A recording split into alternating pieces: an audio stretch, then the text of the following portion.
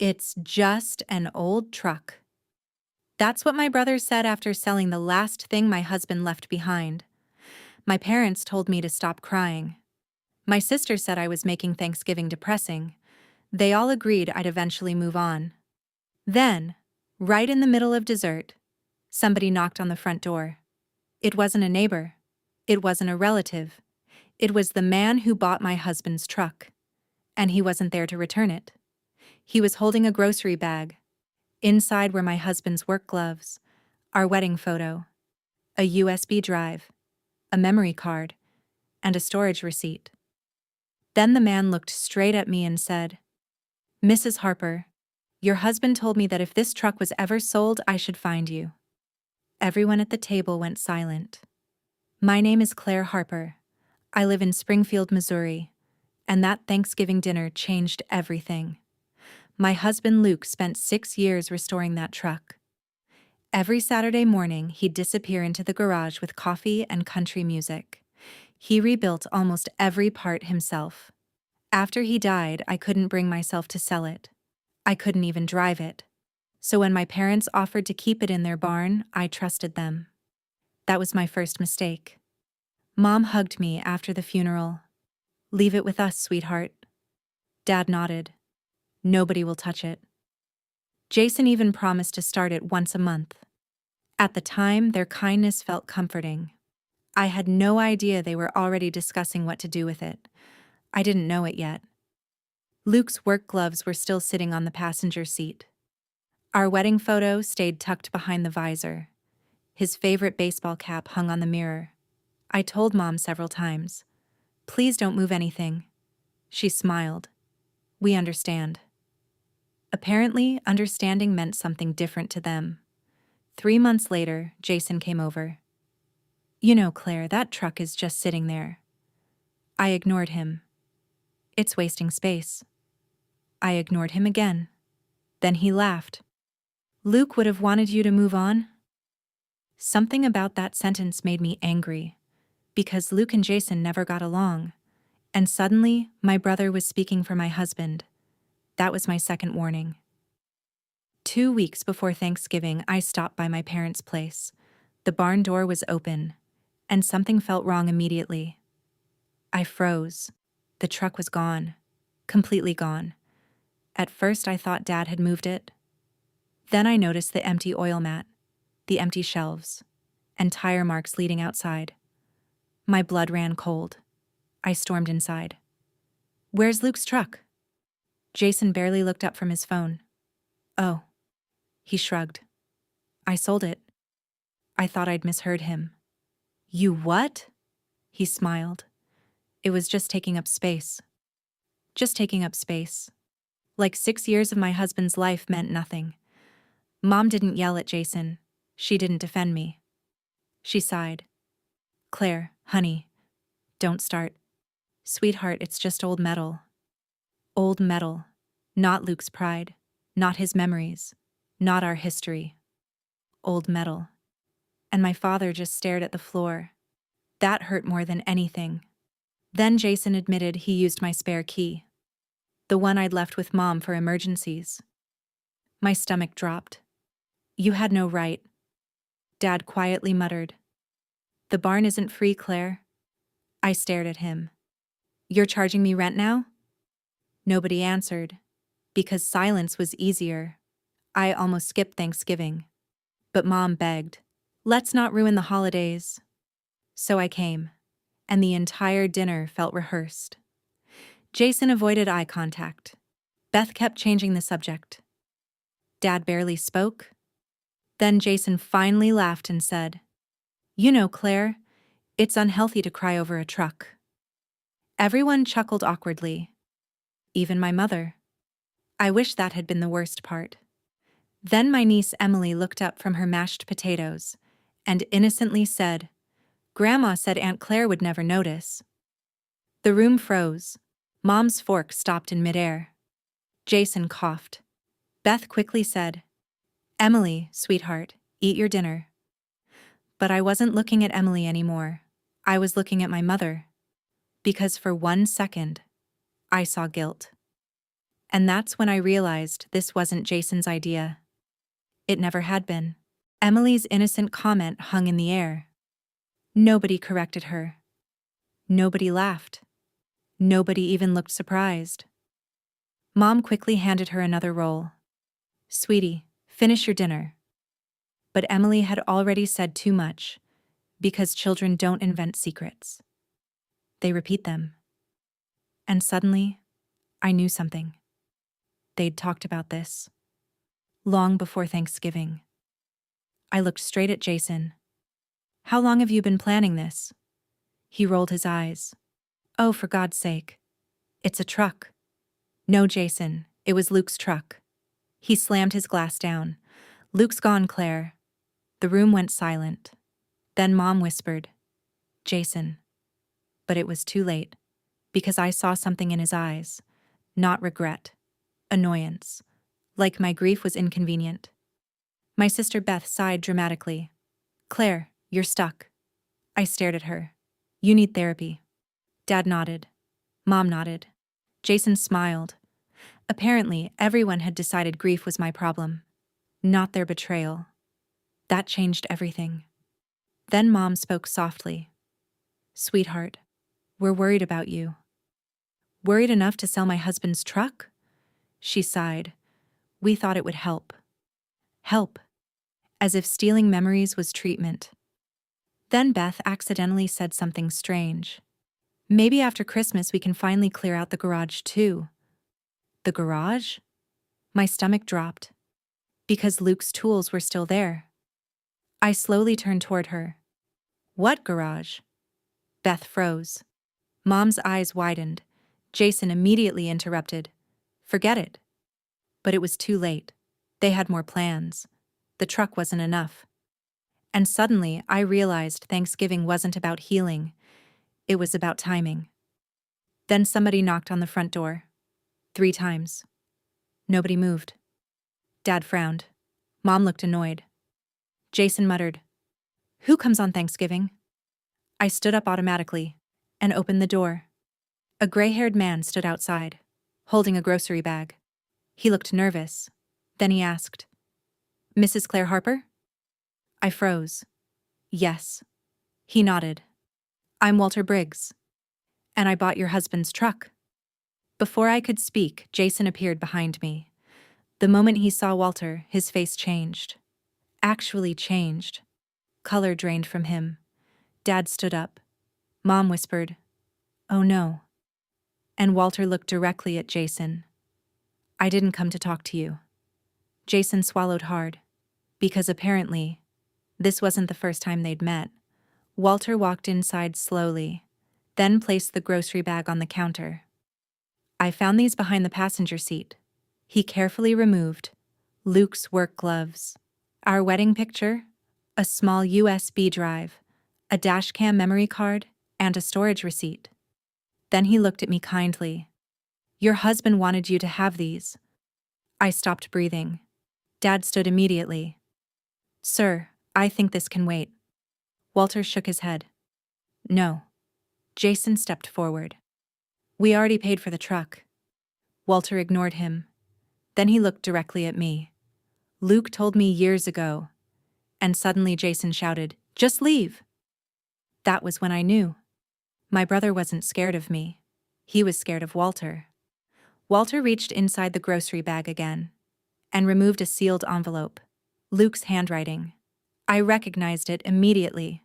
My knees nearly gave out. Walter's voice softened. He told me, "If this truck is ever sold, find Claire, give her this, and tell her I was right." I stared at the envelope, then at my brother. Because for the first time that night, Jason looked afraid. And I suddenly realized Luke had expected something like this to happen. I didn't even open the envelope right away. I just stared at Luke's handwriting. My hands were shaking, because after 2 years seeing his writing felt impossible. Walter gently said, "He asked me not to open it." Jason suddenly stood up. "Claire, don't do this." I looked at him and realized something. He wasn't worried about me. He was worried about the envelope. Inside was one sentence. Just one. If you're reading this, somebody sold the truck. My heart stopped. Below it, Luke had written, "Listen to Walter." And underneath that, "Start with the USB." I looked at Walter. He nodded slowly. "Your husband trusted me." That changed everything. Walter wasn't just some buyer. He and Luke had known each other for years. They met at a restoration shop. Luke helped him rebuild his old Mustang. Walter smiled sadly. "He called you his miracle." Then his eyes drifted toward Jason. "But he didn't trust everyone around you." Jason immediately stood. "This is ridiculous."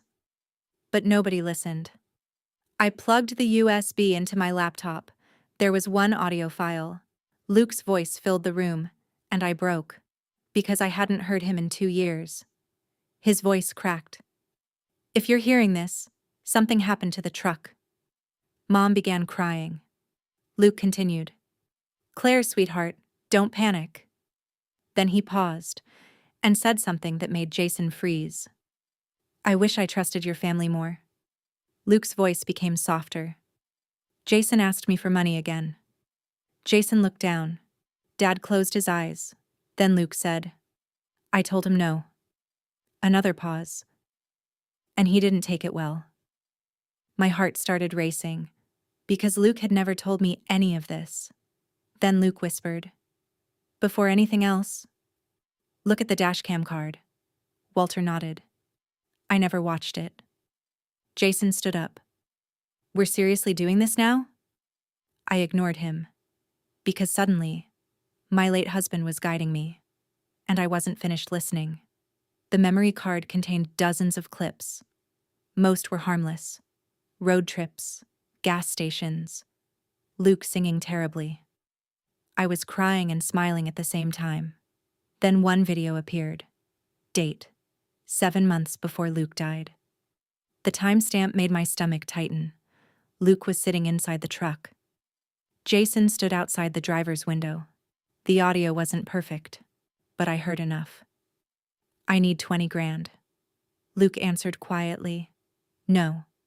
Jason became angry. Then he said something that made me sick. "Claire believes anything people tell her." The room went silent. Mom covered her mouth. Dad stared at the floor. And I hadn't even reached the worst part. A few seconds later, another voice appeared. "Dad." He walked into frame. And instead of defending Luke, he said, "Maybe help your brother out." Luke sighed. "No, Dennis. I've already loaned him enough." Loaned him? I looked up immediately, because I'd never heard about any loans. And suddenly my brother wasn't afraid of memories.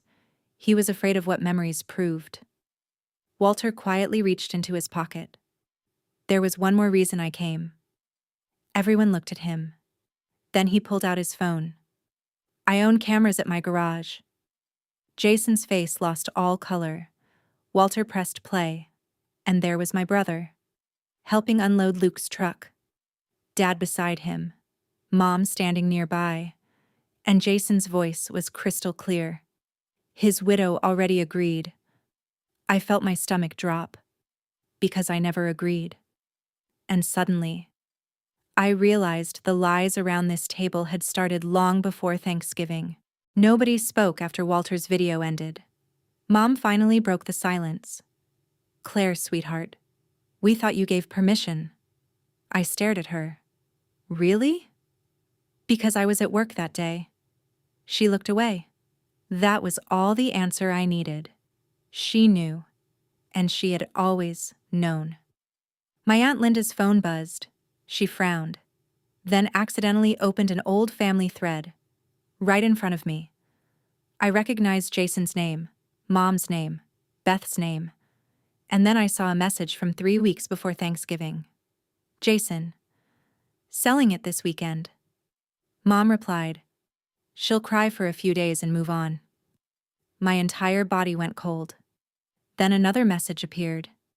Beth had written, "What about Luke's tools and garage stuff?" Mom reacted with a thumbs up. And Dad answered, "Do it before Thanksgiving." I looked around the room. Nobody denied it. Nobody could. Because their own words were staring back at them. Walter slowly stood up. I almost turned around tonight. Everyone looked at him. But Luke trusted me. Then he pointed toward Jason. And something about that sale felt wrong. Jason swallowed hard. Because even strangers had shown me more loyalty than my own family. Walter handed me the receipt from the grocery bag. Storage Unit 118. Paid in full. 2 weeks before Luke died. My hands trembled. I looked at the date. Luke was already receiving chemotherapy then. And somehow, he still planned ahead. That changed everything. The next morning, Walter drove me there. Neither of us spoke much. When I opened Unit 118, I burst into tears. Luke's toolbox, photo albums, restoration notebooks, boxes labeled Claire, and sitting on top, an anniversary card, unopened, 2 years late. Inside the notebooks, Luke had documented everything. Truck repairs, parts lists, photos.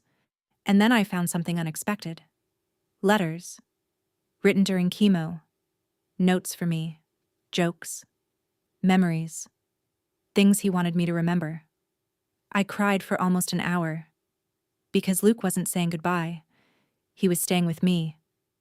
Then I opened another notebook. My stomach dropped. It wasn't about the truck. It was about money. Page after page. Dates, transfers, amounts. And one name appeared over and over. Jason Miller. Loan total, $27,800.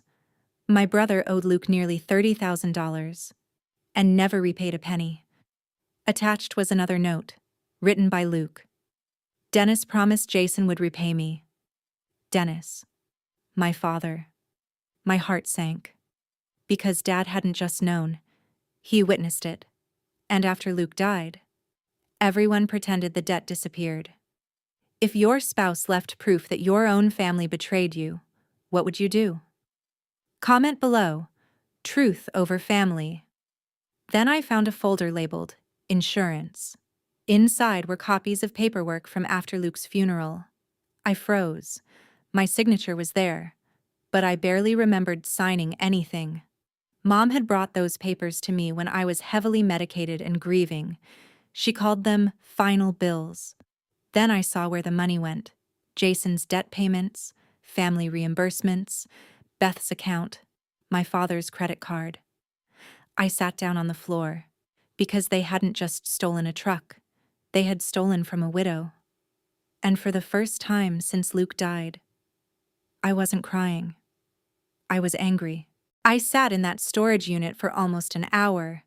Then I noticed one final envelope. Across the front, Luke had written, "If you're angry, good. Call Margaret." Inside was a business card, Margaret Lawson, attorney. And underneath, in Luke's handwriting, "She has copies." Copies of what? I was about to find out. Margaret already knew my name. She wasn't surprised by my call. Instead, she sighed. "Luke hoped I'd never hear from you." Then she opened a secure file. Backup loan records, bank transfers, insurance statements, everything. And she said something that made my blood run cold. "Claire, your husband thought your brother would come after his truck." Then Margaret sent me the truck sale documents. There it was. My signature. Supposedly authorizing the sale, except it wasn't mine. Not even close. Walter immediately agreed to testify, because Jason had told him his widow already signed. And suddenly my brother's lie became fraud. Not grief, not misunderstanding. Fraud. That evening, Aunt Linda called. She sounded ashamed. "Claire, I didn't know." Then she forwarded the entire family group chat. Not screenshots. Everything. Months of conversations. My mother's messages. Jason's plans. Beth asking about selling more belongings. Dad approving the timing. And suddenly, I realized something. Nobody protected me. not one of them. I didn't scream. I didn't throw things. I called Margaret. Fraud report. Civil claim. Insurance review. Walter's statement. The forged documents. The loan notebook. Everything. For the first time since Luke died, I stopped defending people who never defended me. Jason called 17 times. Then Mom called. Then Dad. Then Beth. Everyone had the same message. Please don't do this, Mom cried. We made mistakes. Dad said, we can work this out. Jason screamed, you're ruining my life. And I finally answered one call. Just one. No, Jason. You ruined your own. 3 weeks later, Walter called. His voice was soft. Claire, I can't keep this truck. What? It was Luke's. I only bought it because I thought you sold it willingly. Then he laughed. And honestly, I think Luke would haunt me if I kept it. I cried. Because strangers kept loving my husband better than family did. Walter drove the truck to my house himself. The engine sounded exactly the same. Luke's favorite air freshener was still hanging. His baseball cap sat on the seat. And I broke down.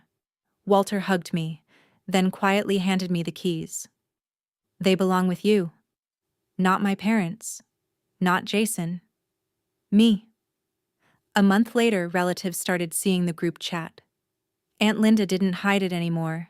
People stopped calling me cruel. They started asking questions. Jason was forced to repay money. Dad faced insurance demands.